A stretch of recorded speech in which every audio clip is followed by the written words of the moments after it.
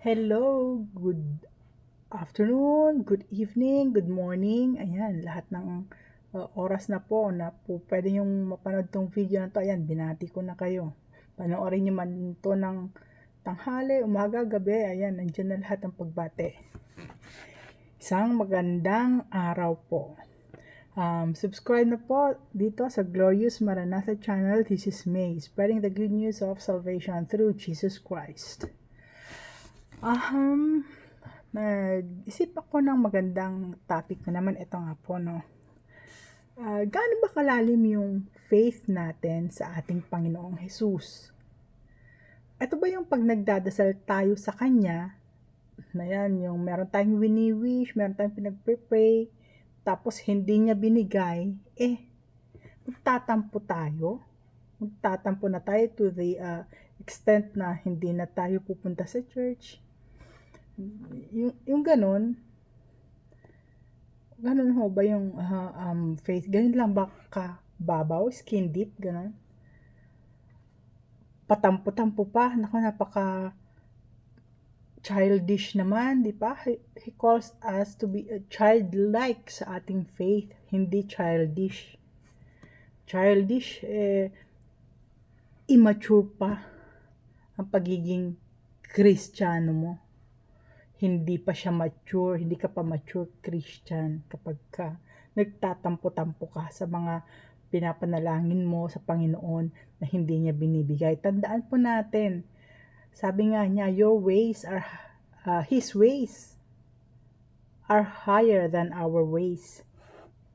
So, kung meron man tayong pinagdasal na hindi napunta sa atin, tandaan po natin na mas alam ng Panginoon kung ano yung nararapat sa atin.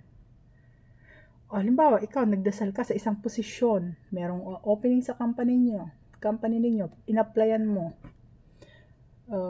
promotion, kumbaga, in-applyan mo yung promotion na yon. Meron din namang ibang nag-apply para sa position na yon. So, lahat kayo nagdasal. Hindi naman, isa lang yung position eh.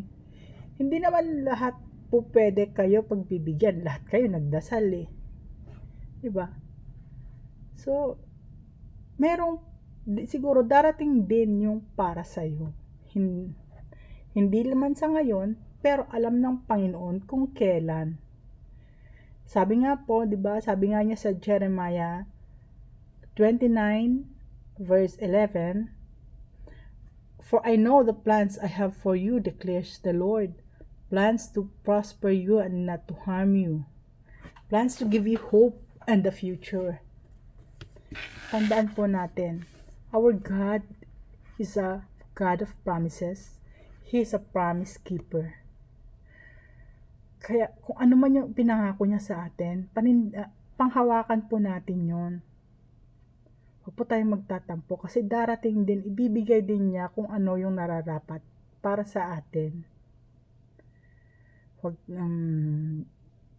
kung ano man yung ibigay dyan, be grateful po. Lalo na bubuhay tayo araw-araw, binibigyan niya tayo ng buhay araw-araw, nandiyan pa yung mga pamilya, that's enough, more than enough to be thankful for. Good health, napakalaking bagay, hindi lang naman po sa meron kang pinagdasal na hindi binigay, magtatampo ka na. Wag po tayong magtatampo sa ating Panginoon. Okay? Yun lang po. At ito po, ulitin ko, subscribe, like, follow, share. Maraming salamat. God bless.